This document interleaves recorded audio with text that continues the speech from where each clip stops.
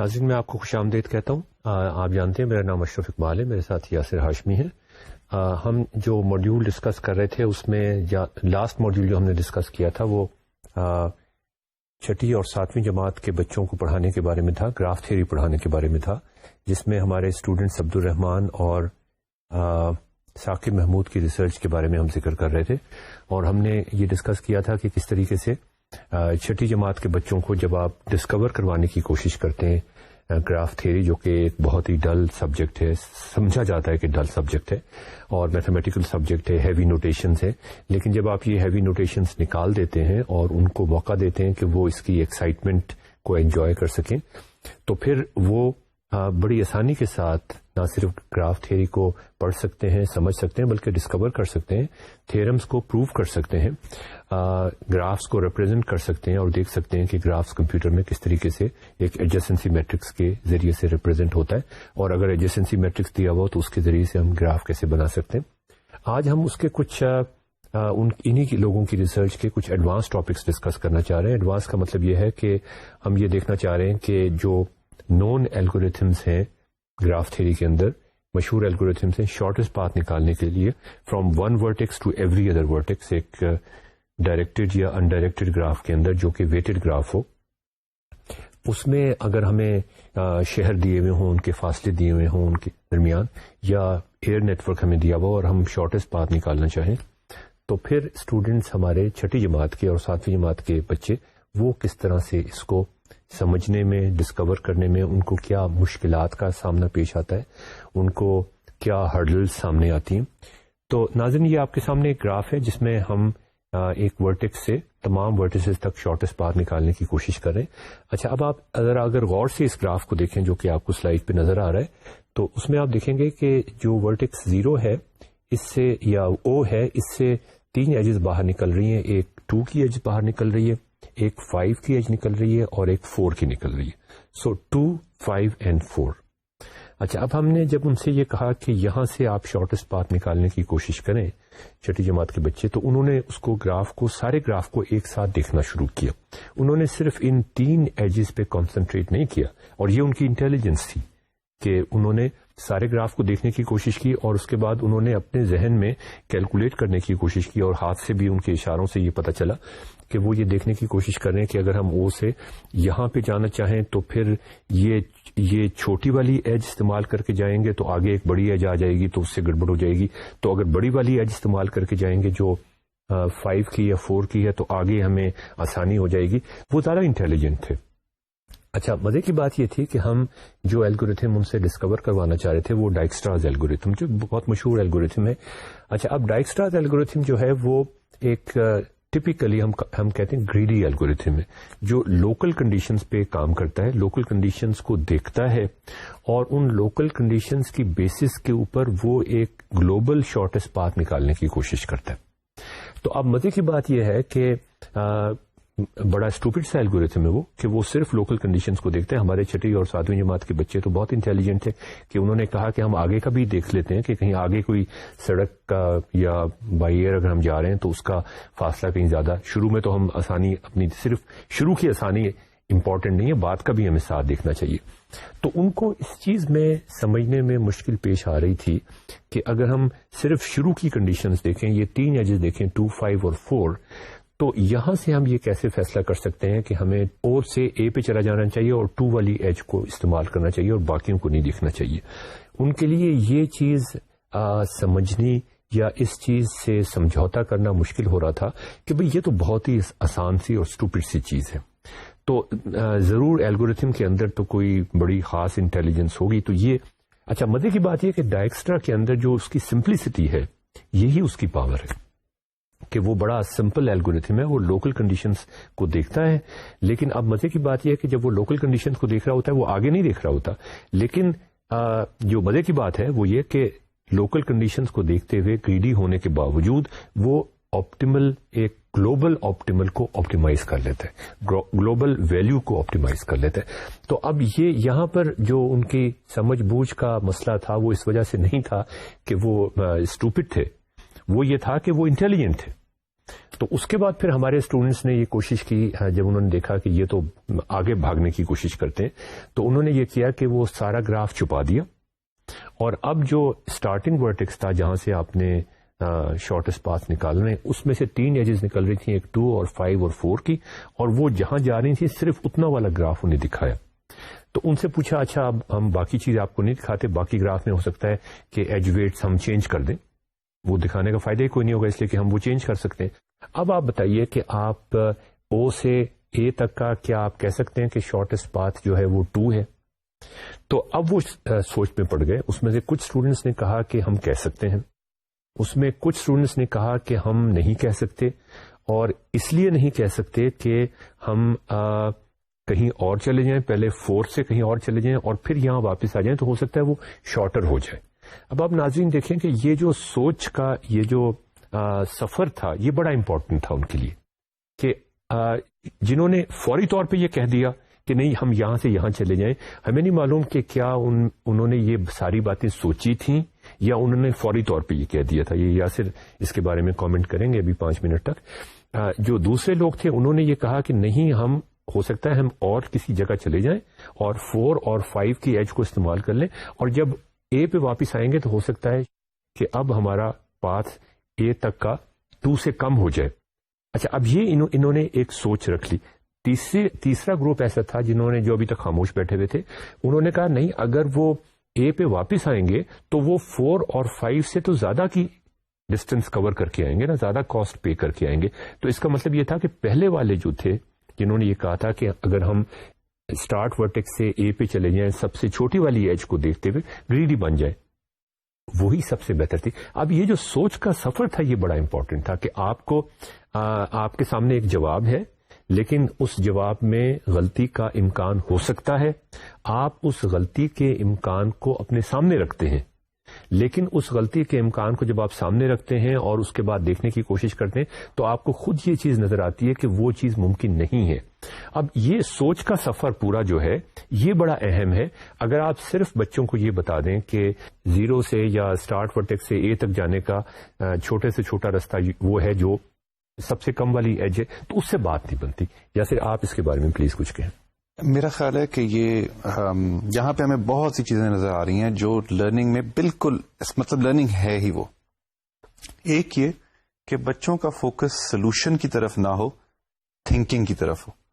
تو اب کہاں جانا ہے، آپشنز کیا ہو سکتے ہیں، ان سارے آپشنز کو ایکسپلور کرنا، ان کے بارے میں سوچنا اور ایک کنکلوژن ریچ کرنا، یہ سب چیزیں اصل میں لرننگ ہوتی ہیں. جواب کا حل نکالنا جو ہوتا ہے وہ تو that is only the aim to path to a goal. Goal تو یہ تھنکنگ ہے. اب مثلا یہ جو آپ کا اگزامپل ہے اس کو اٹھا لیں.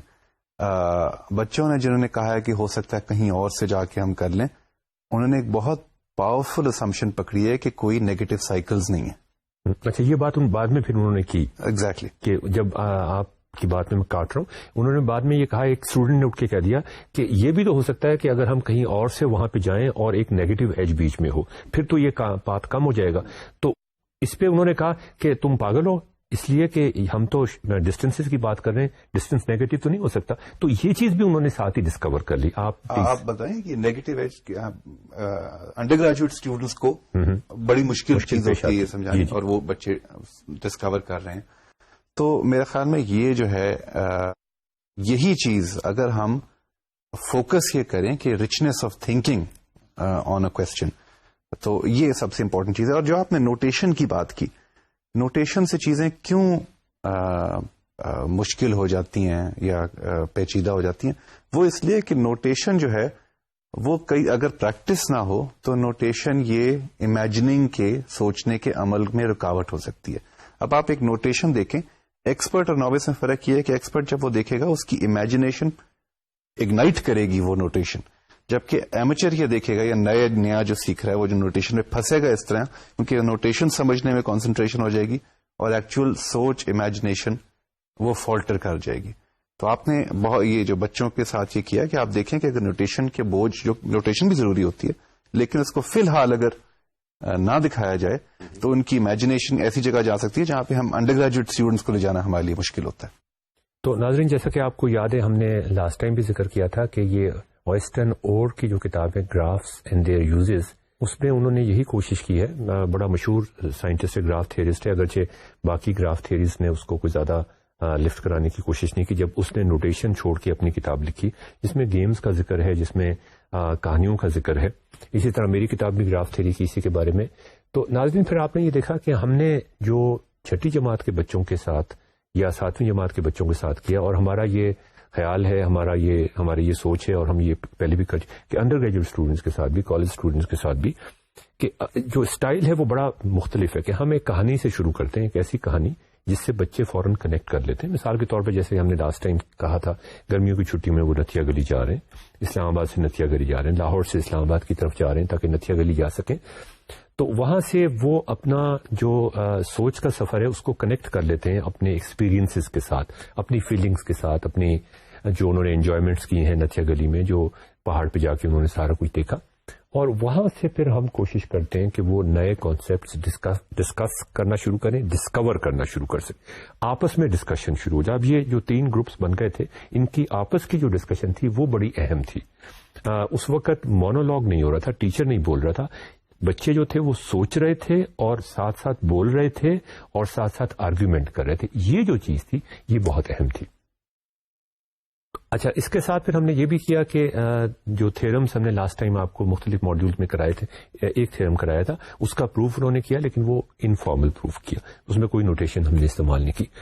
تو یہ constructing knowledge bit by bit without burdening short term memory اور وداؤٹ ہیوی نوٹیشن، یہ بیسیکلی کنسٹرکٹیوسٹ تھیوری ہی آ جاتی ہے. اس کے بارے میں آپ کچھ کہیں گے؟ کنسٹرکٹیوسٹ تھیوری ہم اس کے بارے میں پہلے بھی بات کر چکے ہیں کہ ہم بیسک بلڈنگ بلاکس جو ہر ایک کے پاس موجود ہیں ان کو لے کے ان بلڈنگ بلاک سے ایک نئی چیز کھڑی کریں، اور پریکٹس کے ساتھ پھر وہ چیز بھی بیسک بلڈنگ بلاک بن جاتی ہے. یعنی کہ بچے کو یاد نہیں کرنا پڑتا کہ یہ کس طرح میں نے بنایا تھا، وہ آٹومیٹکلی میموری میں ایز اے یونٹ اسٹور ہو جاتا ہے، ایک نیا کمپلیکس آئیڈیا، اور اس کو پھر آپ بیسس کو لے کے اور کمپلیکس آئیڈیاز بنا سکتے ہیں. تو یہ وہی ہے، اس میں ڈسکوری ہے، پلے آف آئیڈیاز ہے، اور that is the way to get meaningful learning. جی، تو ناظرین اب آپ دیکھیں کہ ہم نے جو ہماری بیسک اپروچ تھی وہ یہ کہ نوٹیشن سے ہم نہ چلیں، ہم ان کو کوئی ایک ایسا پلیٹ فارم پرووائڈ کر دیں، ایک ایسی اپرچونٹی پرووائڈ کر دیں کہ وہ گراف سے کھیلنا شروع کر دیں، وہ گرافس کو ڈسکس کرنا شروع کر دیں، وہ اس کے بارے میں اس کے اوپر مختلف آپریشنز کرنا شروع کر دیں، تھنکنگ بائی ڈوئنگ والی جو بات ہے وہ کرنا شروع کر دیں. اچھا، تو ایک تو یہ تھا، ایک ہماری یہ ایکسٹریم تھی کہ بالکل نوٹیشنز کے اندر ہو، ایک ہماری یہ تھی کہ وہ پینسل اور پیپر لے کر اس پہ بنانا شروع کر دیں. اب ہم مزید جو آگے بڑھانا چاہ رہے ہیں اس ریسرچ کو، جو کہ آن گوئنگ ریسرچ ہے 6 7ویں جماعت کے بچوں کے ساتھ، کہ پینسل اور پیپر پر بھی کوئی چیز بنا کے اس کو ویژولائز کرنا، اس میں کچھ مینٹل ایفرٹ کی ضرورت پڑتی ہے. اگر ہم اس سے بھی اور آگے جانا چاہیں تو میں یاسر کو دکھا رہا تھا کہ ہمارے پاس، اور ناظرین ہم نے پہلے بھی آپ کو یہ دکھائے تھے کہ اس طرح کے گیجٹس اگر ہم بچوں کو پرووائڈ کریں. اب یہ ایک بیسیکلی ایک ٹری ہے، اس میں کوئی لوپس نہیں ہے.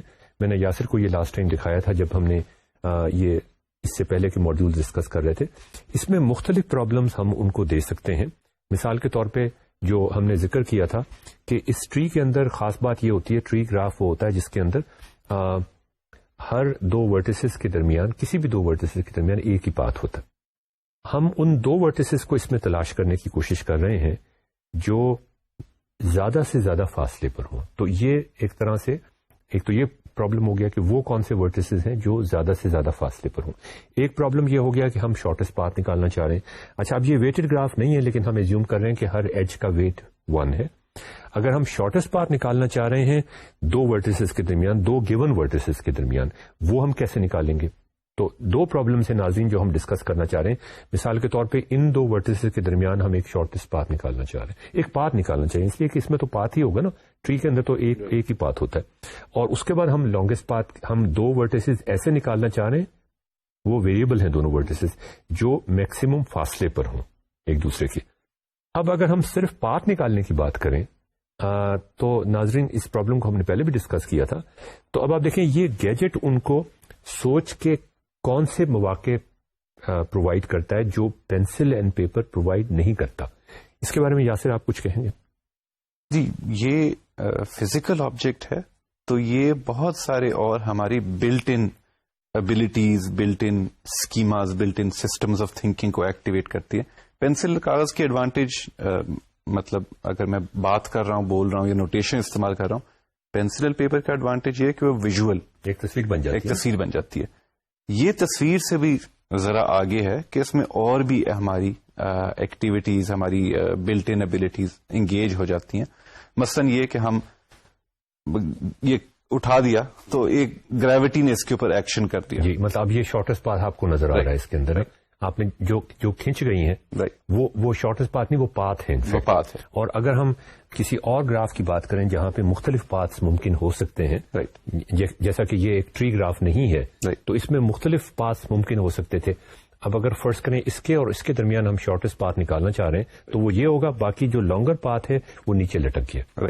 تو یہ ایک اتنی مطلب اچھا، اب میرا خیال یہ یاسر، اور میں چاہوں گا کہ آپ اس کے بارے میں کچھ کامنٹ کریں کہ یہ چیزیں اگر چھٹی جماعت کے بچوں یا ساتویں جماعت کے بچوں کو یہ گیجٹس پرووائڈ کر دیے جائیں اور ان سے کہا جائے کہ کچھ دیر آپ پرابلم ان کو بتا دیا جائے کہ یہ پرابلم ہے، اب آپ اس سے کھیلیے تھوڑی دیر تک، آپس میں ڈسکس کیجئے، آپس میں آرگومنٹس کیجئے، اور اس کے بعد ہم ان سے یہ ایکسپیکٹ کریں. اور میرا یہ خیال ہے کہ وہ یہ چیز کر سکتے ہیں. ابھی میں نے کر کے نہیں دیکھا، لیکن میرا پورا یہ خیال ہے اینڈ آئی ایم کانفیڈنٹ کہ they should be able to do it. پہلا قدم وہ ہوگا کہ they should be able to do it. میرا خیال ہے وہ اس سے اگلا قدم بھی اٹھا لیں گے. مثلاً اگر ان سے کہیں، آپ ان سے کہیں کہ اچھا یہ دکھا دیں کہ کس طرح ہوتا ہے، اس کے بعد کہیں کہ کاغذ پہ ڈرا کریں. جی اور ہمیں سمجھائیں کہ وہ وہاں پہ کس طرح ہوگا. جی یہ جو آپ نے کیا تو وہ بہت اہم بات ہوگی، اس لیے کہ اگر یہ اس کا مطلب یہ ہوگا خاص طور پہ ان پرابلمس کے لیے جو ہم نے دیکھا ہے کہ وہ کاغذ پینسل پہ، صرف کاغذ پینسل پہ کر کے نہیں کر سکتے. تو یہ ایک طرح کا کیا اس کو انگلش میں کیا کہتے ہیں، خاص لفظ استعمال ہوتا ہے کہ ایک طرح کا ایک سیڑھی بن جائے گی. ہاں جی بالکل، کہ اگر آپ اس کو استعمال کر کے دیکھیں تو وہ یہاں سے ان کی سوچ کا جو کیا کہنا چاہیے، سوچ کی جو پہنچ ہے وہ بہت آگے تک چلی جائے گی. یہاں سے ان کو کچھ انٹیوشن ہوگی، اس سے وہ کھیلیں گے. کاغذ پینسل کے گراف کے ساتھ وہ کھیل نہیں سکتے. اس سے کھیلنے کے بعد وہ ایک نتیجہ اخذ کریں گے اور اس کے بعد دیکھیں گے کہ کاغذ پینسل پر وہ اس کو کس طریقے سے ٹرانسفارم کر سکتے ہیں، اسی پرابلم کو، اسی سولوشن کو. تو ناظرین، یہ آپ نے دیکھا کہ کس طریقے سے ہم نوٹیشن، جیسا کہ یاسر نے کہا، ایک نوٹیشن ایک ایکسٹریم ہے، کاغذ پینسل سے گراف ڈرا کرنا اور اس سے کھیلنا اور اس پہ مختلف چیزیں ڈسکور کرنا دوسری ایکسٹریم ہے، اور فزیکل آبجیکٹس کے ساتھ یا گرافس کے ساتھ کھیلنا اور ان پہ نئی چیزیں ڈسکور کرنا وہ ایک اور چیز ہے، اور پھر واپس آنا کاغذ پینسل پر اور پھر نوٹیشن کے اوپر. تو یہ پورا ایک سائیکل کمپلیٹ ہو جاتا ہے. اگر ہم گراف الگوریتھمز اسکول کے بچوں کو پڑھانا چاہیں یا کالج کے بچوں کو پڑھانا چاہیں تو اس میں ڈسکوری اگر ہم کرنا چاہیں تو، اور ڈسکوری بیسڈ کلاس روم بنانا چاہیں تو اس میں ٹیچر کی کیا ذمہ داری بنتی ہے. اور ہم نے اس میں یہ ڈسکس کیا تھا کہ اصل جو بیسک چیلنج آتا ہے ٹیچر کا وہ یہ آتا ہے کہ آپ نے بچوں کو پرابلم بتانا ہے، اس کے بعد پھر یہ فیزز چلیں گے، پرابلم بتائیں، ان سے کچھ ڈسکور کروائیں، پھر ایک اور پرابلم بتائیں، اور وہ سوفسٹیکیشن جو پرابلمس کی ہے وہ آہستہ آہستہ بڑھتی جائے. اچھا، اب جو سب سے بڑا آپ کے لیے ہوم ورک ہے وہ یہ کہ کیا چیز آپ نے ان کو بتانی ہے اور کیا چیز آپ نے ان سے ڈسکور کروانی ہے. اور اس میں آپ جتنا بھی ایمبیشس ہونا چاہیں اتنا آپ ہو سکتے ہیں. ہماری ساری امیدیں، ہم سوچتے تھے کہ یہ چیز وہ ڈسکور نہیں کر سکتے، وہ چیز بھی ڈسکور کر سکتے ہیں. صرف پرابلم یہ ہے کہ آپ پریزنٹ کیسے کر رہے ہیں پرابلمس کو، آپ ان کے سامنے پیش کیسے کر رہے ہیں. اس میں انفارمیشن ٹیکنالوجی کیسے ہیلپ کرتی ہے وہ پورا ہمارا ایک نیا ماڈیول ہے، اس میں ہم ڈسکس کریں گے کہ کس طریقے سے ہم نے اس کو کوشش کی کرنے کے لیے. اس میں گیجٹس کس طرح ہیلپ کر سکتے ہیں، اس میں بلڈنگ بلاکس کیسے ہیلپ کر سکتے ہیں. مثال کے طور پہ یہ ایک ٹیچر کی بہت امپورٹنٹ ذمہ داری ہے کہ مختلف الگوریتھم، جیسے شارٹیسٹ پاتھ کے الگوریتھمز آپ کے سامنے سلائڈ پہ نظر آ رہے ہیں، یہ بریتھ فرسٹ سرچ ہے، ڈائکسٹراز الگوریتھم ہے، بیلمن فورڈ ہے، آل پیئر شارٹیسٹ پاتھ الگوریتھمز ہیں، وارشلز ہے، جانسنز ہے. اگر آپ یہ کر سکیں کسی طریقے سے، اور اس میں آپ کی انرجی اور انٹلیکچوئل پاور کی ضرورت پڑے گی کہ آپ ایک بلڈنگ بلاک بنا رہے ہیں، جیسے ایک اینٹ ہوتی ہے، اس سے آپ ڈیمز بھی بنا سکتے ہیں، اس سے آپ گھر بھی بنا سکتے ہیں، اس سے آپ یونیورسٹی کی عمارت بھی بنا سکتے ہیں, اس سے آپ بہت کچھ بنا سکتے ہیں. اگر وہ اینٹ رکھنا آپ کو آ جائے اور اس کا آپٹیمل, جس طرح لیگو بلاکس ہوتے ہیں بالکل اسی طریقے سے, تو اس میں خاص طور پہ ہم نے پہلے بھی آپ سے ذکر کیا تھا کہ یہ بلڈنگ بلاکس اگر آپ چھوٹے چھوٹے ان کو پرووائڈ کر دیں کم سے کم, اور ان کو یہ ایکسپرٹیز پرووائڈ کر دیں کہ وہ انہیں استعمال کر سکیں. جیسے لیگو بلاکس جب آپ بچوں کو دیتے ہیں تو کبھی آپ ان کو یہ بتاتے نہیں کہ اس سے کیا چیز بنانی ہے, آپ نے وہ خود ہی بنانا شروع کر دیتے. وہ اتنی زبردست موٹیویشن ہوتی ہے کہ دے اسٹارٹ ڈوئنگ اٹ. اسی طرح سے اگر ہم ان کو چھوٹے چھوٹے بلڈنگ بلاکس پرووائڈ کر دیں اور ان بلڈنگ بلاک سے وہ خود کھیلنا شروع ہو جائیں, مثال کے طور پہ فلائٹ انفارمیشن, یہ سامنے آپ کو پی آئی اے کا فلائٹ نیٹ ورک گراف نظر آ رہا ہے, یہ آپ کو مختلف شہر نظر آ رہے ہیں, ویٹڈ ڈسٹینسز ہیں. ہم نکالنا چاہ رہے ہیں کہ کراچی سے کوئی بندہ جانا چاہ رہا ہے مختلف جگہوں پہ, اب اس کا شارٹیسٹ پاتھ کیا بنتا ہے. تو اس میں ایک تو طریقہ, جیسے کہ ہم پہلے بھی یہ ڈسکس کر چکے ہیں کہ آپ ڈائریکٹ فلائٹ سے جانا چاہتے ہیں. اگر ڈائریکٹ فلائٹ اویلیبل نہیں ہے پھر آپ کیا کریں گے, آپ کی یہ تو خیر چھوٹا سا نیٹ ورک ہے, اگر آپ دنیا کے مختلف شہروں کا سوچیں تو پھر آپ نیو یارک جانا چاہتے ہیں, آپ چاہیں گے ایک سے زیادہ اسٹاپ اوورز نہ ہوں, کم سے کم اسٹاپ اوور. تو ایک اگر اسٹاپ اوور کو ہو تو ہم کہیں گے 2H پاتھ, اس کو ہم کہہ سکتے ہیں. تو اب آپ دیکھیں اس میں 2H پاتھ کون سے بن سکتے ہیں, سوائے ریڈ کے باقی سارے 2H پاتھ بن سکتے ہیں. ایک سنگل ایچ پاتھ بھی اس میں موجود ہے. اس میں سے منیمم ہم نے لے لینا ہے, آپ کو سلائڈ پہ یہ نظر آ رہا ہے. اب یہ جو آپ کے پاس ایک بلڈنگ بلاک ہم نے آپ کو بنا کے آپ کے سامنے پیش کیا ہے, یہ آپ کو شارٹیسٹ پاتھ دیتا ہے 2H شارٹیسٹ پاتھ, کہ اگر ایک سٹاپ سے زیادہ نہیں ہونا چاہیے. اب یہ ایک ایسا بلڈنگ بلاک ہے جو کوئی بھی بندہ خود سے بھی بنا سکتا ہے. آپ اگر کسی ٹریول ایجنٹ کے پاس جاتے ہیں اور اس سے یہ کہتے ہیں کہ مجھے چھوٹے سے چھوٹا رستہ یا کم سے کم پیسے اور سٹاپ ایک ہونا چاہیے صرف, تو اس نے تو گراف تھیوری نہیں پڑھی ہوئی, وہ آپ کو فوراً بنا کے دے دے گا. کامن سینس کی بات ہے یہ. وہ کس طرح سے کرے گا آپ سوچ سکتے ہیں کہ اگر آپ کراچی سے جانا چاہ رہے ہیں, آپ کراچی سے مختلف شہروں پہ پہلے جائیں اور پھر وہاں سے اپنی ڈیسٹینیشن پہ چلے جائیں, اور یہ جو مڈل کا شہر ہے اس کو ویری کرتے جائیں, جو آپ کو وہ والا شہر جو منیمم کاسٹ دے دے وہ آپ کا جواب مل جاتا ہے. یہ آپ کے سامنے الگورتھم لکھا ہوا موجود ہے جو ایک سورس سے باقی تمام شہروں کے 2H شارٹیسٹ پاتھ نکالتا ہے. اب آپ دیکھیں یہ کتنا سمپل ہے, صرف 3 لائن کا الگورتھم ہے. یہ اگر آپ ان کو سمجھنا یا استعمال کرنا سکھا دیں تو اس کے بعد ہم یہ وثوق سے کہہ سکتے ہیں کہ وہ کوئی بھی شارٹیسٹ پاتھ الگورتھم اس بلڈنگ بلاک کو استعمال کر کے بنا سکتے ہیں. یہ آپ کو اگزامپل کے طور پہ دیے گئے. اور یہ ٹیچرز کا مطلب بہت اہم یہ ایک رسپانسبلٹی ہے کہ اس طرح کے بلڈنگ بلاکس جو بہت زیادہ استعمال ہونے ہیں, وہ جو بھی کریکولم پڑھا رہے ہیں, چاہے وہ پاکستان اسٹڈیز پڑھا رہے ہیں یا میتھمیٹکس یا سائنس پڑھا رہے ہیں, وہ یہ بیسک بلڈنگ بلاکس آئیڈینٹیفائی کریں اور ان کو پڑھائیں بھی, اور اس کے بعد ان کو یوز کر کے ڈسکوری کرنا بھی سکھائیں. تو یہ ایک بہت ہوتا ہے کہ اپنے کریکولم کو اس نظر سے دیکھیں آپ کہ اس میں کیا کیا بلڈنگ بلاکس ہیں اور ان میں فنڈامنٹل ری یوزیبل والا بلڈنگ بلاک کون سا ہے. اچھا, اور اس کے ساتھ پھر مزے کی بات یہ ہوتی ہے جیسے کہ آپ کو سلائیڈ پہ نظر آ رہا ہے کہ اس میں لرننگ آؤٹ کمس بھی بڑی آسانی سے آپ اپنے, جو کہ ہم نے لاسٹ ٹائم بھی ذکر کیا تھا, کہ وہ بھی آپ دیکھ سکتے ہیں کہ کیا واقعی وہ سمجھنے کی کوشش کر رہے ہیں یا وہ رٹا لگانے کی کوشش کر رہے ہیں. اب آپ کے سامنے یہ جو الگورتھم نظر آ رہا ہے اس وقت, اس کو ہم نے ریپرزینٹ کیا ہے جیسے کہ یاسر آپ بھی دیکھ رہے ہیں اورنج اور براؤن باکس کے ساتھ. اب آپ دیکھیں یہ بلڈنگ بلاک کوڈ میں تھا, اس کی ایک ہم نے شکل بنا دی براؤن اور اورنج بلاک کے ساتھ, اور یہاں سے ہمیں احساس ہوا کہ اگر یہ براؤن بلاک کو آپ اندر لے جائیں اور اورنج کو باہر نکال لیں, یہ سوال پیدا ہوا اور یہ لرننگ آؤٹ کم کی طرف ہمیں لے جاتا ہے. تو کیا یہ الگورتھم وہی کام کرے گا جو پہلے کر رہا تھا یا یہ مختلف ہو جائے گا؟ اب آپ دیکھیں یہاں پر ہم ان کی یہ لرننگ آؤٹ کم چیک کرنے کی کوشش کر رہے ہیں کہ ہم نے ان کو ایک بلڈنگ بلاک دے دیا. اب ہم کہتے ہیں کہ تھوڑا سا ہم بلڈنگ بلاک کو چینج کر دیتے ہیں, آپ یہ بتائیے کہ کیا اب یہ الگورتھم وہی کام کرے گا یا نہیں کرے گا. دوسرا جو اہم بات یہ ہوئی کہ یہ ایک بڑی پاورفل طریقہ ہے ایک الگورتھم کو ویژولائز کرنے کا. اس کو کیا ٹیمپلیٹ کہیں گے, کیا کہیں گے جی, آئیکونک یا آئیکونک میموری ہو جائے گی, ٹیمپلیٹ ہو جائے گا, بہت سی چیزیں کہہ سکتے. تو اس کو استعمال کرتے ہوئے وہ اب ہمارا ایکسپیرینس یہ ہے کہ وہ پھر سوچنا اس کے ٹرم پہ شروع کر دیتے ہیں. وہ یہاں پہ چلے جاتے ہیں, کوڈ سے وہ اس ویژول پکچر کی طرف چلے جاتے ہیں اور اس پکچر سے پھر وہ واپس آتے ہیں کوڈ. جیسے ہم نے پہلے ڈسکس کیا تھا کہ نوٹیشن سے وہ پینسل اینڈ پیپر کے گراف کی طرف جاتے ہیں, پینسل اینڈ پیپر کے گراف سے وہ ایکچوئل 3 ڈائمینشنل گراف کی طرف جاتے ہیں, وہاں مسئلہ سالو کرنے کے بعد وہ پھر واپس آ جاتے ہیں. تو یہاں پر بھی کچھ اسی قسم کا ہوتا ہے. یہ آپ دیکھیں, یہ بیلمن فورڈ الگورتھم بھی اسی سے ہم نے ٹرانسفارم کر کے بنا لیا, اور اس میں بھی بیلمن فورڈ کے مختلف 2 ورژنز آ جاتے ہیں, مرر امیجز آتے ہیں اس میں. اس کے بعد پھر ہم نے اس کو استعمال کر کے دوسرے اور الگورتھم بنانے شروع کیے. آل پیر شارٹسٹ پاتھ الگورتھم ہے.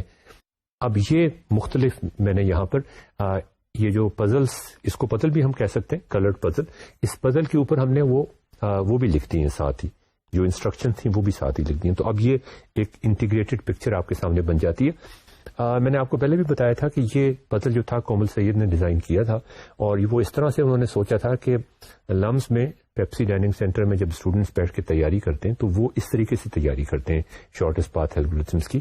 ہم نے اس کو تھوڑا مزید ریفائن کر لیا, بجائے اس کے کہ وہ ہر الگورتھم کو یاد رکھیں کہ یہ الگورتھم اس طرح کام کرتا ہے اور یہ الگورتھم اس طرح کام کرتا ہے. ان کی کوشش یہ ہوتی ہے کہ وہ ایک طریقہ سوچ لیں اور باقیوں کو اس طریقے کے رسپیکٹ سے بتا دیں کہ یہ طریقہ جو تھا یہ اس الگورتھم میں, اس کو اس طرح سے ماڈیفائی کرو گے تو یہ دوسرا الگورتھم بن جائے گا, اس کو اس طرح ماڈیفائی کرو گے تو یہ تیسرا الگورتھم.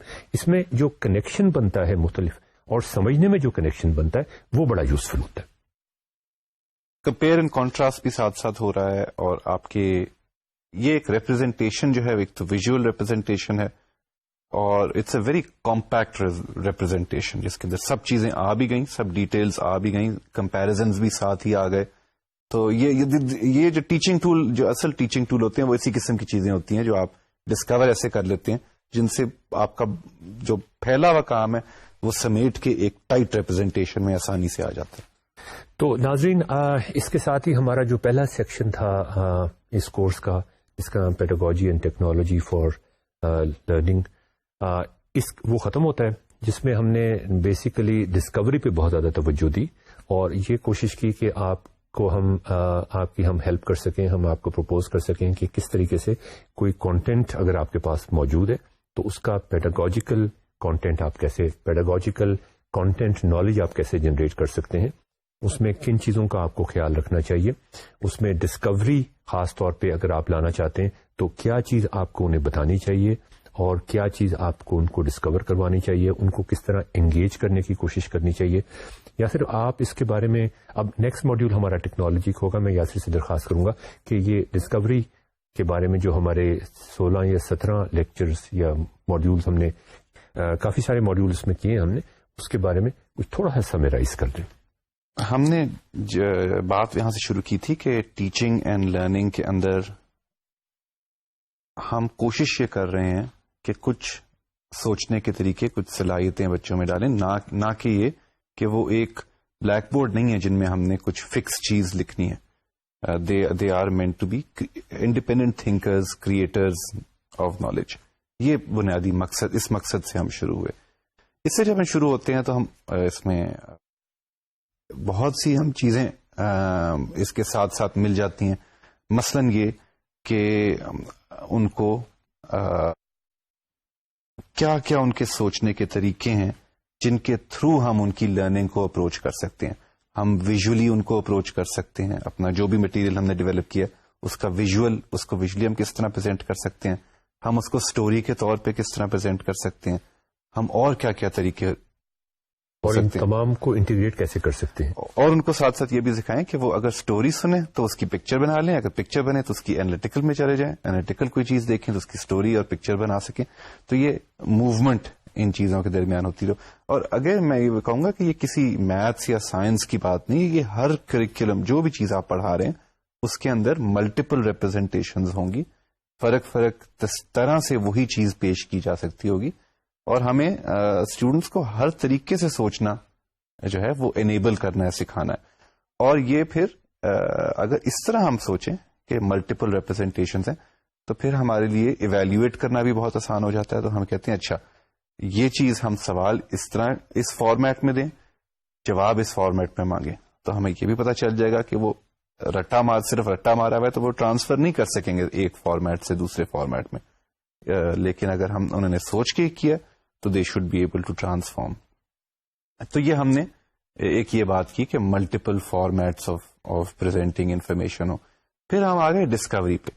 ہم صرف چاہے جو بھی فارمیٹ ہے، چاہے ہم اسٹوری کے طور پہ کر رہے ہیں یا اینالیٹکلی یا پکچر کے طور پہ کر رہے ہیں، ہمارا مقصد یہ نہیں ہے کہ کوئی چیز چھپ جائے. صرف ہمارا تو مقصد یہ ہے کہ بچے کے اندر، اسٹوڈنٹ کے اندر خود یہ صلاحیت پیدا ہو کہ وہ سوال پوچھے اور ایکٹیو سیکر آف نالج ہو، جو اپنی ارد گرد کی زندگی ہے اس کے اندر جو نالج ہم اسکول میں دیتے ہیں اس کے اوپر اپلائی کر سکے، اپنی ارد گرد کی زندگی سے سوال ہمیں لا کے اسکول میں پوچھ سکے کہ اچھا آپ نے یہ کانسیپٹ پڑھایا تھا، میں نے یہ دیکھا ہے کہ میرے محلے میں یہ ہوتا ہے، تو اس کے بارے میں یہ کس طرح ریلیٹ کرتا ہے آپ کے اس کانسیپٹ سے.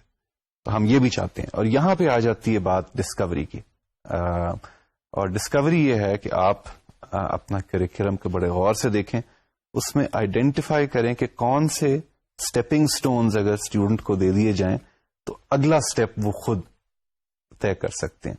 تو ساتھ ساتھ ان کو پریکٹس بھی ہوتی جا رہی ہے کہ وہ دے بیکم اور new organisers of knowledge, new creators of knowledge, new explorers of knowledge. اور ایک چیز جو ہم شاید اس کورس میں زیادہ ہم نے بات نہیں کی، جو لیکن ٹیچرز جو اگر ویسے بیٹھتے ہیں تو کافی اس پہ بات ہوتی ہے کہ یہ اسٹوڈنٹس موٹیویٹڈ نہیں ہیں، یا اسٹوڈنٹس جو کلاس میں اٹینشن نہیں پے کر رہے، یا یہ کس طرح میں ان کو لیکچر دوں کہ وہ میری طرف دیکھتے رہیں.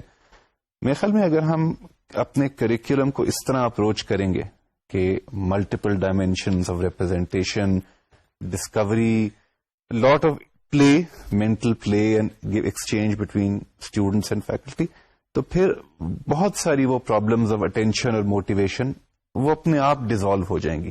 اگر we are starting with what a child knows, building on something that is, جو اس کو سمجھ بھی آتی ہے، اس کی زندگی کا حصہ ہے، از میننگ فل ٹو ہم، اس کو اس کے بارے میں سوچنے کے فرق طریقے بتا رہے ہیں، اس کو ایکسپلور کرنا سکھا رہے ہیں. اگر یہ سب ہم اپنے کریکولم کا حصہ بنا دیں تو وہ ہماری بہت سی ایسی اٹینشن پرابلمز، موٹیویشن پرابلمز، میرے خیال میں وہ اپنے آپ ہی گھل کے ختم ہو جائیں گی. اس میں ٹیکنالوجی نہ ہونے کا کیا مطلب ہے وہ ہم ڈسکس کریں گے، اور ٹیکنالوجی ہونے کا کیا مطلب ہے وہ بھی ہم ڈسکس کریں گے ان آنے والی ماڈیولز کے اندر. تو یہ ٹیکنالوجی پہ بات کرنے سے پہلے ہم تھوڑا سا چاہیں گے کہ ایجوکیشن کے بارے میں ان جنرل یا جو اس کی بنیادی باتیں ہیں ہم ان کو ایک دفعہ پھر سے آپ کو یاد کروا دیں. ہم نے پہلے بھی ان کے بارے میں آپ سے بات کی تھی، ہم دوبارہ چاہیں گے کہ جو گولز ہیں ہمارے ایجوکیشن کے حوالے سے، اور یہ گولز کا ذکر ہم پہلے بھی کرتے رہے لیکن آج ہم کچھ کتابوں کے حوالے سے وہ ذکر کر رہے ہیں، ان کتابوں کا حوالہ ہم بعد میں دیتے. ایجوکیشن امپورٹنٹ کیوں ہے؟ یہ ایک بڑا بنیادی سوال. اور کس قسم کی ایجوکیشن امپورٹنٹ ہے یہ بھی ایک بڑا بنیادی سوال ہے. اور اس کو کس طرح پرووائڈ کیا جائے یہ بھی ایک بڑا بنیادی اور اہم سوال ہے. اور ٹیکنالوجی میں اس کی ہیلپ کیسے کر سکتی ہے یہ بھی ایک بڑا اہم. ان تمام سوالوں کے اچھا اب وہیں سے شروع کرتے ہیں. ٹیکنالوجی ایجوکیشن کی کیا ضرورت ہے؟ تو یاسر، میں اگر آپ چاہیں تو کامنٹ کرنا چاہیں ان کے بارے میں 4 پوائنٹس آپ کے سامنے یہ رکھتا ہوں، اور یہ میں نے مختلف کتابوں سے لیے جن کا ہم ذکر کرتے ہیں. پہلا پوائنٹ یہ ہے کہ میکسیمائز ہیومن پوٹینشیل، اور وہ بہت زیادہ ہے. ہر انسان کے اندر ایک پوٹینشیل ہوتا ہے، اور یہ بڑی اہم بات ہے اس چیز پہ یقین رکھنا کہ ہر انسان جو ہے وہ بڑا یوزفل ہو سکتا ہے اور اس کو یوزفل بنایا جائے. دوسری بات یہ کہ ایک وائبرنٹ اور پارٹیسپیٹری ڈیموکریسی کے لیے، اور اب میرے خیال میں یہ سب لوگ اس بات سے متفق ہیں کہ ڈیموکریسی کے اندر ہی ہماری بقا ہے، اس کے لیے ایجوکیشن کی بہت اہمیت ہے. تیسری بات یہ کہ اسکلز، کیپیبلٹیز اور ایٹیچیوڈز جو ہماری اکانومی کو، جو ہمارے سوشل سسٹم کو، جو ہمارے کلچر کو ہیلپ کر سکیں، وہ ہمیں امپارٹ کرنی ہے ایجوکیشن کے ذریعے سے. اس میں ایک آبویس سی مطلب اتنی ٹھوس اسٹیٹسٹک ہے کہ کوئی ڈینائی نہیں کی جا سکتی. وہ یہ ہے کہ جب when girls have had 2 to 3 years education, صرف اتنی سی، اس کا امپیکٹ ان کی زندگی پہ اور in the life expectancy of their children اتنا زیادہ ہے کہ یونائٹڈ نیشنز کہتی ہے اگر آپ اور کچھ نہیں کر سکتے نا تو یہ کر دیں، you will solve a huge amount of your health and social problems. تو یہ تو مطلب ایک کمال ہو جاتا ہے کوئی اگر اسٹیٹسٹکس دیکھیں دنیا کی کسی بھی اس خطے کی. جی، اور آخری جو تھا وہ یہ ہے کہ نرچرنگ انڈرسٹینڈنگ، اور اس کے ساتھ بڑی امپورٹنٹ بات ہے ٹالرنس، جو آج کل کی سوسائٹی میں، پاکستان کی آج کل کی سوسائٹی میں ٹالرنس کی بہت سخت ضرورت ہے.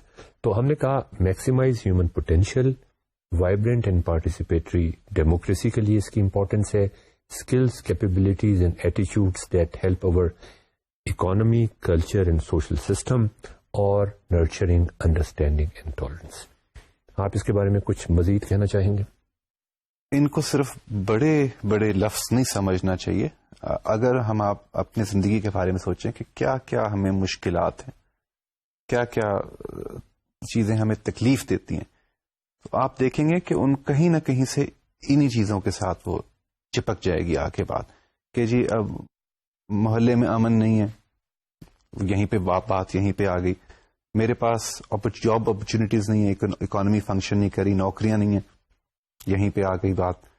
اگر آپ امپلائر ہیں, آپ کو امپلائیز اچھے نہیں مل رہے, یہیں پہ تو زندگی جو چیزیں ہمیں تنگ کرتی ہیں نا یہاں پہ رہنے کے بارے میں, انہی کی بات ہو رہی ہے. یہ کوئی بہت بڑے سلوگن نہیں ہے, ہم اپنی زندگی بہتر کرنے کی بات کر رہے ہیں. اچھا, اب سوال یہ ہے کہ کیا ہمارا جو ایجوکیشن سسٹم ہے وہ یہ تمام جو ہم چاہتے ہیں وہ اس سائڈ پہ ہمیں لے کے جا رہا ہے یا نہیں؟ تو میرے خیال میں آپ سب لوگوں کا جواب یہ ہوگا کہ نہیں, اس میں بہت خامیاں ہیں اور بہت زیادہ گنجائش ہے کہ ہم اسے بہتر بنا لیں. اور نہ صرف پاکستان کے اندر, امریکہ کے اندر بھی, جس کا کہ ہم آج ڈیٹیل کے ساتھ ذکر کریں گے, اس لیے کہ جن کتابوں کا میں ذکر کر رہا ہوں وہ زیادہ تر پروفیسرز, امریکہ کے پروفیسرز ہیں, اور ان کے مسائل اور ہمارے مسائل بہت ملتے جلتے ہیں. سوال یہ کہ گڑبڑ کہاں پہ ہے؟ ان کی سوسائٹی میں گڑبڑ کہاں پہ ہے, ہماری سوسائٹی میں گڑبڑ کہاں پہ؟ ایجوکیشن کی جو ہم فلفل نہیں کر سکے, جو ایجوکیشن میں ہمیں فلفل کرنا چاہیے تھا. کیا فنڈنگ پوری نہیں ہے؟ اور یہ ابھی ہم ذکر کریں گے ان کتابوں کا جنہوں نے, کیا فنڈنگ سے مسئلے حل ہو جائیں گے اگر ہم بہت زیادہ پیسہ لے آئیں؟ کیا ٹیکنالوجی ہم پرووائڈ نہیں کر رہے اپنے اسکول کا؟ اگر ہم بہت سارے کمپیوٹرز دے دیں جو اکثر پرووائڈ کر بھی دیے گئے ہیں, کیا ان سے مسئلہ حل ہو جائے گا؟ یہ عام طور پہ کہا جاتا ہے اسٹوڈینٹس آر ناٹ انٹرسٹڈ. ادب اور شفقت کا کہا جاتا ہے کہ وہ, جیسا کہ آپ نے بھی تھوڑی دیر پہلے موٹیویشن کا ذکر کیا تھا. پھر ہم کہتے ہیں بیوروکریسی اینڈ پالیٹکس بہت زیادہ ہے. کیا ہمارا ٹیچنگ ماڈل اور پیڈاگوجی جو ہے اس میں کوئی خرابی ہے؟ تو مسئلہ کہاں پہ ہے؟ جب میں 6ٹھی جماعت میں یا 7ویں 8ویں جماعت میں پڑھا کرتا تھا, it was late 60s, in fact middle 60s اور ارلی 60s کا زمانہ تھا. تو اس وقت جو کلاس روم میں پڑھائی ہوا کرتی ہے, ہم اسی کی بات کر رہے ہیں نا. اصل جو فوکس ہمارا ہے کہ وہ یہ کہ ایک کلاس روم کے اندر کتنی افیکٹو پڑھائی ہو رہی ہے.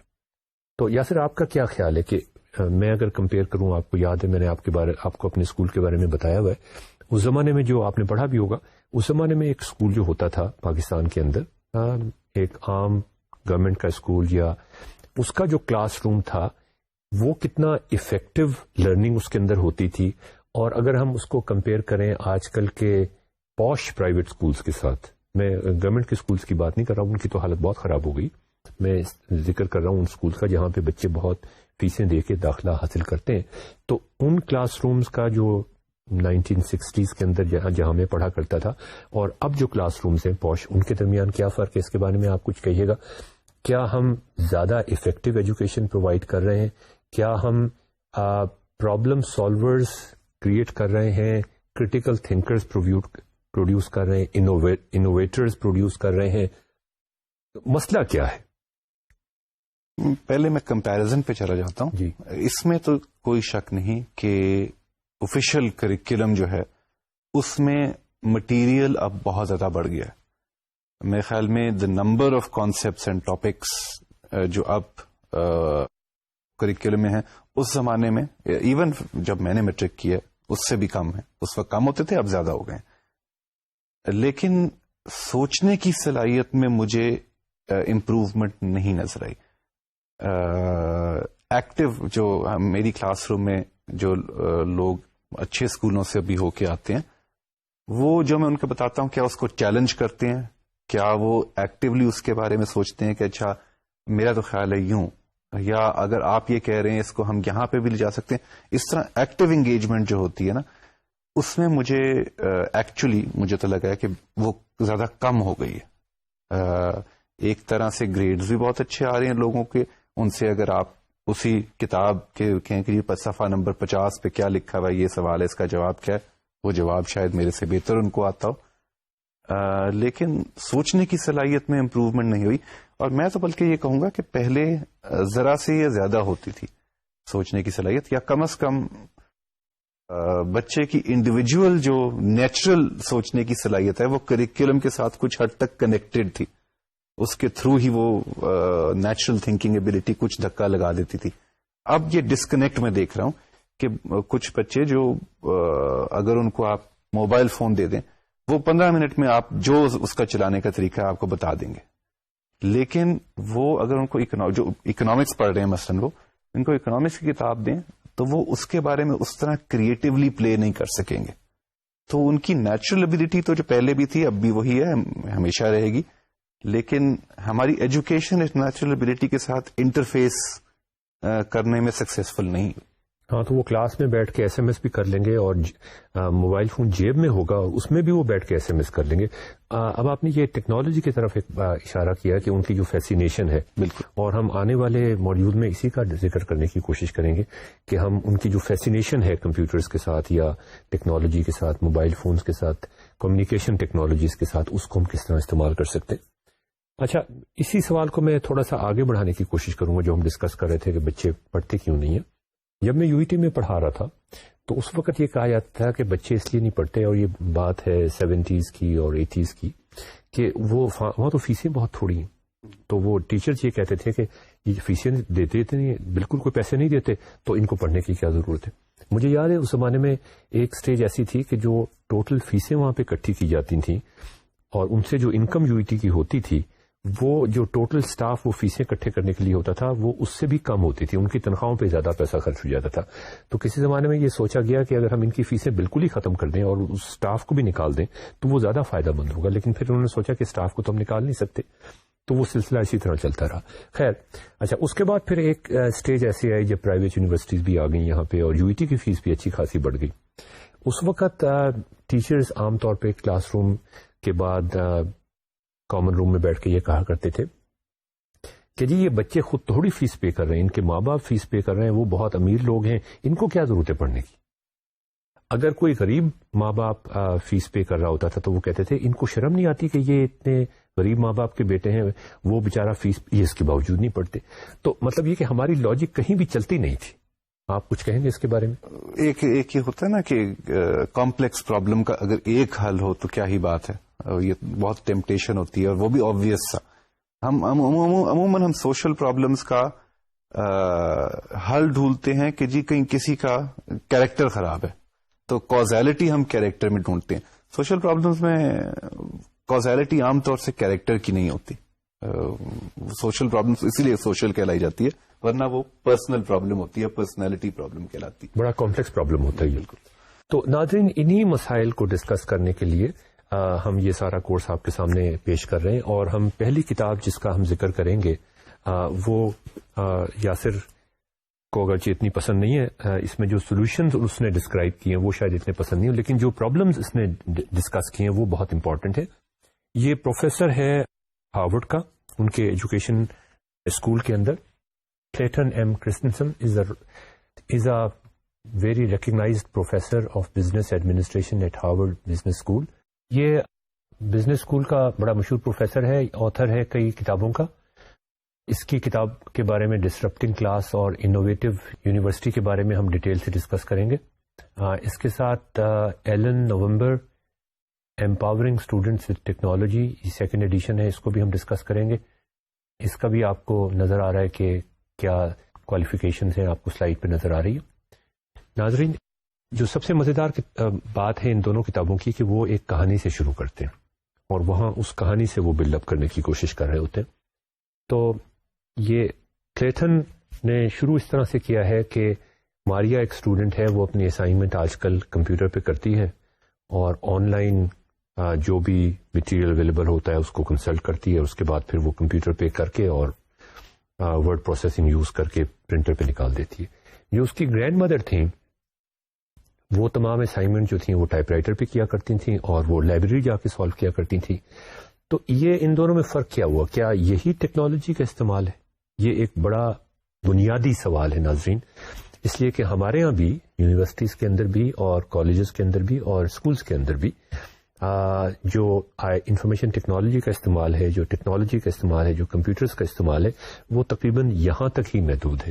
یا پھر آپ اس کے بارے میں کیا کہیں گے؟ میرا خیال ہے یہ ٹیکنالوجی 1.0 ہے.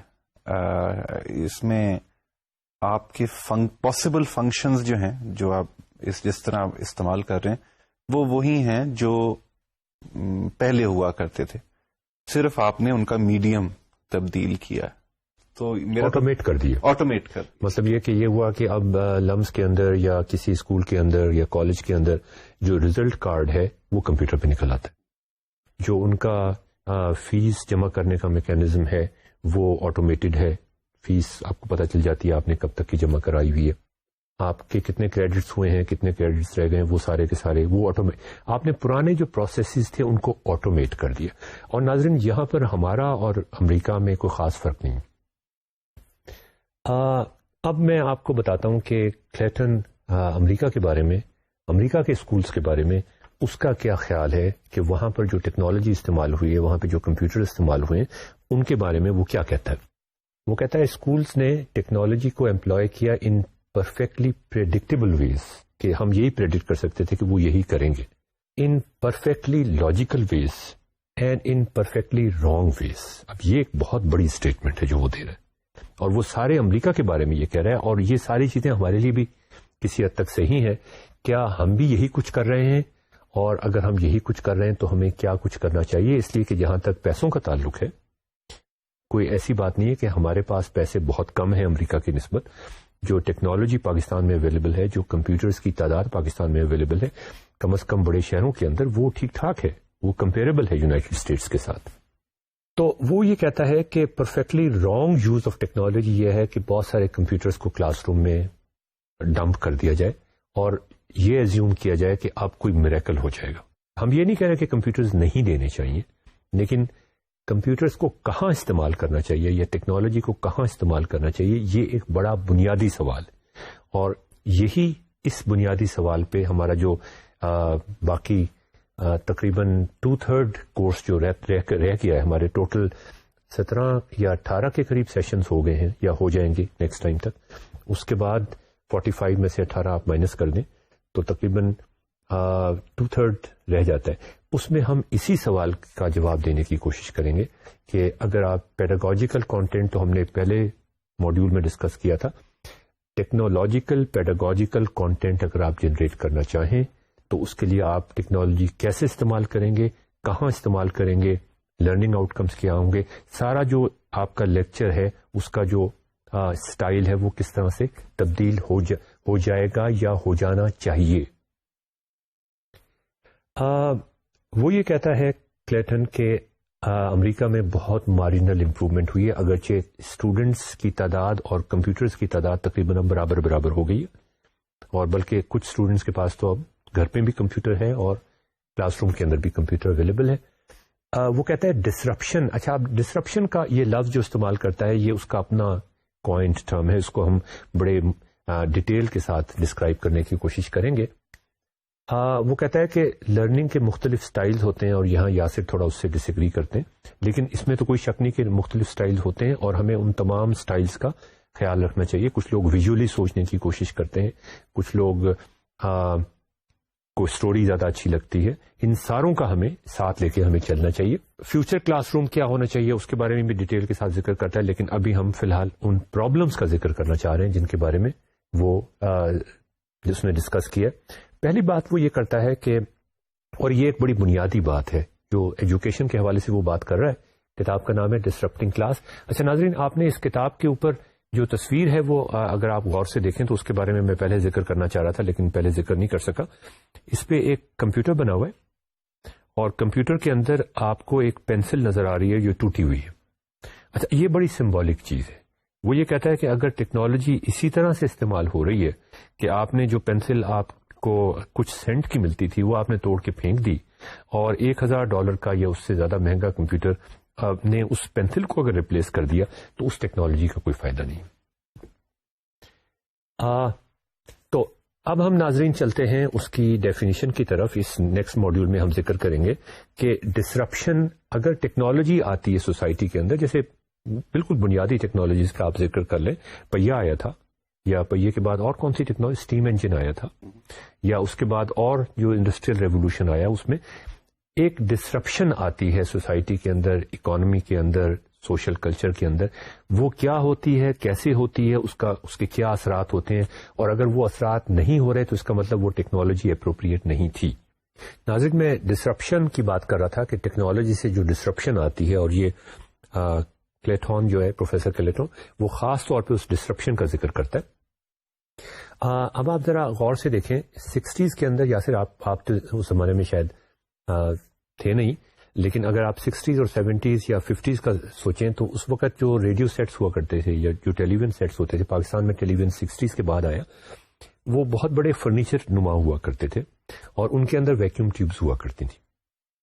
مجھے اچھی طرح یاد ہے کہ ابھی بھی کچھ لوگوں کے پاس وہ ایک اینٹیک فرنیچر کے طور پہ وہ آپ کو چیزیں مل جائیں گی.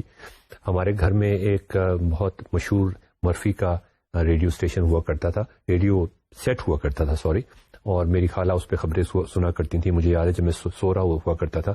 تو یہ مڈل 60s کا زمانہ تھا جب امریکہ کے بمبار طیارے ویتنام پر ہر روز بمباری کیا کرتے تھے.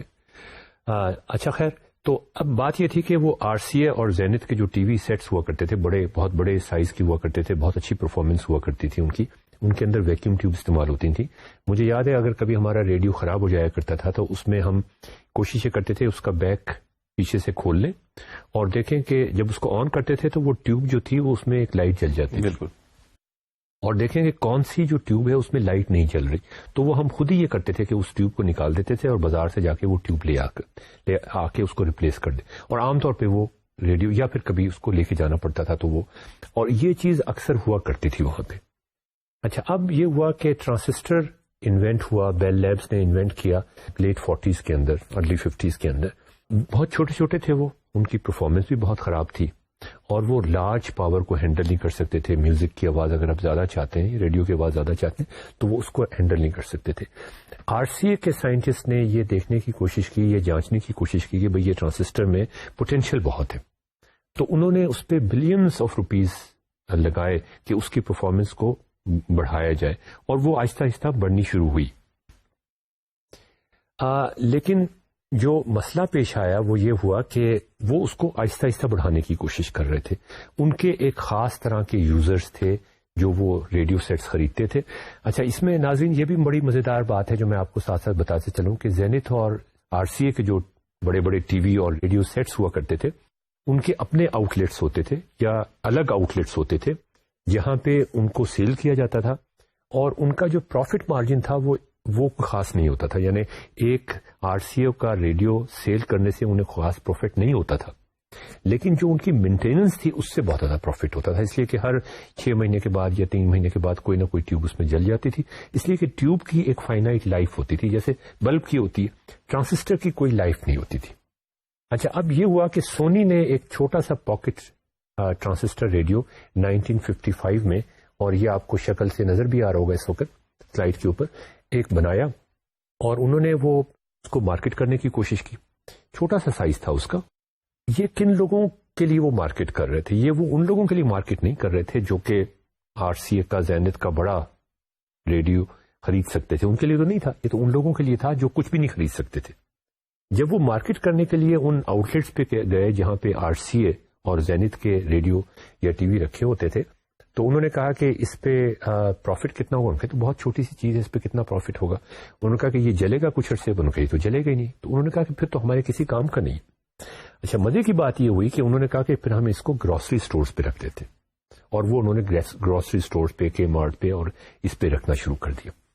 جو مزے کی بات ہوئی کہ سونی نے جب یہ ٹرانسسٹر بنایا تو آر سی اے کو کوئی پریشانی نہیں ہوئی، اس لیے کہ انہوں نے کہا یہ تو اتنی چھوٹی سی چیز ہے، اس کی پرفارمنس بھی اتنی اچھی نہیں ہے، یہ ان لوگوں کے لیے بنایا جو بیچارے افورڈ نہیں کر سکتے نا ریڈیو کو. یہ ان لوگوں کے لیے، نہ آر سی اے کو اس کی پریشانی ہوئی، نہ ان آؤٹ لیٹس کو جو بیچا کرتے تھے ان کو پریشانی ہوئی. انہوں نے کہا کہ یہ ہمارے ساتھ کمپٹیشن نہیں ہے، لیکن ہم ٹرانسسٹر کو امپروو کرنے کی کوشش کر رہے ہیں. سونی نے امپروو کرنے کی کوشش نہیں کی ٹرانسسٹر کو. اسی طرح کا جو ڈیفیکٹو ٹرانسسٹر تھا اس نے اسی کو استعمال کر کے ایک ڈیفیکٹو سا چھوٹا سا ایک ٹرانسسٹر سیٹ بنا دیا. اچھا، ہوا کیا؟ جیسا کہ آپ کو یہ نظر آ رہا ہے اس وقت، ہوا یہ کہ کچھ عرصے کے بعد ٹرانسسٹر کی پرفارمنس بڑھنی شروع ہوئی اور سونی نے آر سی اے کو بینکرپٹ کر دیا. یہ ایک ڈسرپشن تھی جو ہوئی، اور یہ ڈسرپشن کیوں ہوئی کہ سونی کے جو کسٹمرز تھے وہ بے تحاشا تھے، اور اس نے آہستہ آہستہ اس کو امپروو کرنا شروع کیا، اس ٹیکنالوجی کو جو اس نے سونی کے لیے RCA سے کمپیٹ کرنے کے لیے نہیں بنائی تھی، اور امپروو کرتے کرتے کرتے ایک وقت آیا کہ RCA اور زینت ختم ہو گئے، اور وہ آؤٹ لیٹس بھی ختم ہو گئے جہاں پر یہ سارا کچھ پہلے بیچا جاتا تھا۔ اسی طرح سے سونی نے ایک پورٹیبل ٹی وی بنایا، جیسا کہ آپ کو نظر آ رہا ہے۔ اس سے پہلے جو ٹی وی آیا کرتے تھے وہ ٹیوبس کے ساتھ آتے تھے، وہ پورا ایک فرنیچر ہوا کرتا تھا ان کے ساتھ، وہ فلور سٹینڈنگ انہیں کہا جاتا تھا۔ اور اس کے بعد اسی طرح سے اچھا، اب اس کو یہ ڈسرپشن کہتا ہے کہ سونی نے ایک ایسی ڈسرپشن کریٹ کی کہ ایک ایسا سیٹ آف کسٹمرز، لیکن جو بہت زیادہ جس کی تعداد تھی، ان کے لیے ایک ایسی چیز بنائی جو پہلے جو چیز تھی وہ پہلے جو کام جس طریقے سے ہو رہا تھا وہ طریقہ ہی ختم ہو گیا، مطلب ایک بالکل نئے طریقے سے، نئے سسٹمز، نئے رولز کے تحت کام ہونا شروع ہو گیا۔ مطلب وہ ایک پورا، جس کو اگر بایولوجی سے میں اس کو کمپیئر کروں تو ایک ایکو سسٹم ختم کر کے ایک اور ایکو سسٹم اس کی جگہ جی آ گیا۔ جو ڈائنوسارس تھے وہ بالکل ختم ہو گئے۔ جی اسی طرح اگر آپ کمپیوٹرز میں دیکھیں تو IBM 1130 جو تھا وہ is supposed to be the cheapest computer IBM نے جو بنایا تھا، اور میری ایسوسیشن اس کے ساتھ اس طرح سے وابستہ ہے کہ UET میں جب میں آیا تھا تو سب سے پہلے ہم نے کمپیوٹر وہ دیکھا۔ یہ جو کمپیوٹر تھا IBM نے 1965 میں انٹروڈیوس کیا تھا، جیسا کہ آپ کو سلائڈ پہ نظر آ رہا ہے، اور انہوں نے کہا تھا کہ یہ کمپیوٹنگ انٹینسو ٹیکنیکل مارکیٹس کے لیے ہے، لائک ایجوکیشن اینڈ انجینئرنگ۔ اس کی پرائس بھی آپ کو نظر آ رہی ہوگی، میں نے لکھی ہوئی یہ پرائس تقریباً $32,000 کا تھا، اگرچہ یہ ان کا چیپسٹ کمپیوٹر تھا، $32,000 کا تھا۔ اس کو $1,000 پر منتھ پہ رینٹ بھی کیا جا سکتا تھا، اور رینٹ پہ بھی یہ مل سکتا تھا، اگرچہ یہ ان کا چیپسٹ کمپیوٹر تھا۔ لیکن آپ یہ دیکھیں کہ اور یہ 1965 میں انہوں نے مارکیٹ کیا تھا، 69 میں یا 68 میں UET کو اس وقت یہ مل گیا تھا، غالباً کسی ایڈ سے لیا ہوگا، تو بڑی بات تھی اس وقت کہ IBM کا کمپیوٹر ہمارے پاس تھا۔ مجھے یاد ہے کہ اس کی جو بیسک کانفیگریشن تھی اس میں میموری کیپیسٹی 4 کلو ورڈز کی تھی، جبکہ ہر ورڈ جو تھا وہ 16 ورڈز کے۔ آپ نے جو ریسنٹلی کمپیوٹر خریدا ہے اس کی تو میگا بائٹس میں یا گیگا بائٹس میں، جی۔ تو اب آپ دیکھیں کہ اس زمانے میں کمپیوٹرز کتنے ایکسپینسو ہوا کرتے، میں نے آپ کو بتایا تھا کتنی پرائس تھی اس کی، $32,280 پرائس تھی۔ اس کو $1,000 پر منتھ رینٹ بھی کیا جا سکتا تھا۔ تو یہ صورتحال تھی کمپیوٹرز کی۔ ہمارے ہاں جب یہ UET کے میں کمپیوٹر آیا تو اس وقت بھی یہ مسئلہ ہوا تھا کہ الیکٹریکل انجینئرنگ ڈپارٹمنٹ اس کو اون کرے یا میتھس ڈپارٹمنٹ، اور ٹریڈیشنلی یہی ہوا کرتا تھا کہ میتھس ڈپارٹمنٹ ہی اس کو اون کیا، تو وہ میتھس ڈپارٹمنٹ کے اندر ہی کیا تھا۔ تو اس کا مطلب یہ کہ پورا ایک ڈپارٹمنٹ اس کو سپورٹ کر رہا تھا، ایسا نہیں تھا کہ ایک بندہ اس کو آن کرے اور جا کے وہ کام کرنا شروع کر دے۔ ہمیں ایکسپرٹس چاہیے تھے اس کو مینیج کرنے کے لیے، اس کو مینٹین کرنے کے لیے۔ اس وقت بھی یہ صورتحال تھی کہ کچھ لوگ جو تھے، اب یہ کمپیوٹر کے ساتھ یہ فیسینیشن ہوتی ہے، اور اس کا ہم ڈیٹیل میں اور بھی ذکر کریں گے، یہ کلیٹن نے بھی اپنی کتاب میں اس کا ذکر کیا کہ کچھ اسٹوڈنٹس نے یہ کیا تھا کہ انہوں نے بالکل پڑھنا چھوڑ دیا تھا، وہ ہر وقت صبح شام کمپیوٹر میں ہی، اگرچہ اس میں ہوتا یہ تھا کہ اس میں آپ کو یاد ہوگا یاسر کے کارڈز پہ پروگرامنگ ہم کرتے تھے، پنچ کارڈز ہم استعمال کرتے تھے، وہ پنچ کارڈز ہم خود سے ٹائپ کرتے تھے، وہ ان کا پورا بنڈل ہم ایک بندے کو دے دیتے تھے، وہ ان کو رن کرتا تھا جب ساروں کے کافی سارے لوگوں کے آ جاتے تھے، اور اس کے بعد شام کے وقت یا دوسرے دن ہمیں فیڈ بیک ملتی تھی۔ تو اب آپ یہ بھی ذرا غور سے آپ دیکھیں کہ جو فیڈ بیک ٹائم تھا کہ آپ کے امپروومنٹ کا ٹائم وہ بہت تھوڑا تھا۔ تو کچھ لوگ یہ کرتے تھے امریکہ میں خاص طور پہ، اور شاید یہاں پر بھی، کہ وہ رات کے وقت آ جاتے تھے اور رات کے وقت وہ کمپیوٹر استعمال کرنے کی کوشش کرتے تھے، اس وقت زیادہ انہیں ویٹ نہیں کرنا پڑتا تھا۔ یہ جو فیڈ بیک ٹائم ہے نا، کہ آپ نے ایک پروگرام لکھا، آپ کو اس کی فیڈ بیک مل رہی ہے کہ کتنی دیر کے بعد وہ آپ کو پتہ چلتا ہے کہ وہ صحیح ہے یا غلط ہے، اور اس کے بعد آپ پھر اس کو امپروو کرنے کی کوشش کریں گے، یہ بڑا امپورٹنٹ ہوتا ہے۔ اگر آپ کو انسٹنٹ فیڈ بیک ملے تو وہ اور بھی زیادہ اچھا ہے۔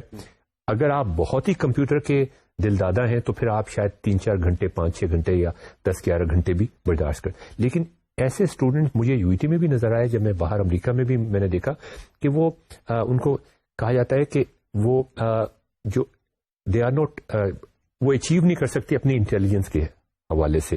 ال اچیورز کیا کہتے ہیں ان کو؟ انڈر اچیورز کہتے ہیں ان کو، کہ ان کی انٹیلیجنس بہت زیادہ ہوتی ہے لیکن وہ اور سبجیکٹس پہ کام ٹائم نہیں لگاتے, موٹیویٹ نہیں ہوتے, بس وہ کمپیوٹر پہ ہر وقت بیٹھ کے کام کرتے رہتے ہیں, ان کے بارے میں آپ کیا کہیں؟ میرا خیال ہے کہ یہ صرف کمپیوٹر سائنس کا نہیں ہے, بہت سے ایسے لوگ ہیں ہمارے ایجوکیشن سسٹم میں جہاں پہ جو انڈر اچیور ہو جاتے ہیں کیونکہ ان کو اپنا پیشن مل جاتا ہے. میرا ذاتی خیال ہے کہ اگر آپ ہائی اسکول سے نکل چکے ہیں تو ایسے انڈر اچیورز کو انکریج کرنا چاہیے کہ اپنے اسی میں جہاں پہ ان کو اتنا پیشنیٹ ہے اسی میں وہ کرتے رہیں اور اس میں وقت لگائیں. بیسک مطلب ایجوکیشن کا مقصد یہ ہے کہ آپ نے جو سٹیزن کو ایجوکیشن چاہیے وہ تو اسکول میں آپ نے کمپلیٹ کر دی, یونیورسٹی میں آپ کچھ اور کرنے کی کوشش کر رہے ہیں. جن کو میرے جیسے جو ہیں جن کو پتہ نہیں ہے کہ یہ اس میں بھی مزہ آتا ہے اس میں بھی مزہ آتا ہے, ان کو تو براڈ ایجوکیشن دینی چاہیے, لیکن جو کلیئرلی جو آپ کو ڈیمونسٹریٹ کر رہے ہیں کہ ایک طرف ان کا پیشن ہے, ان کو they should be allowed free rain.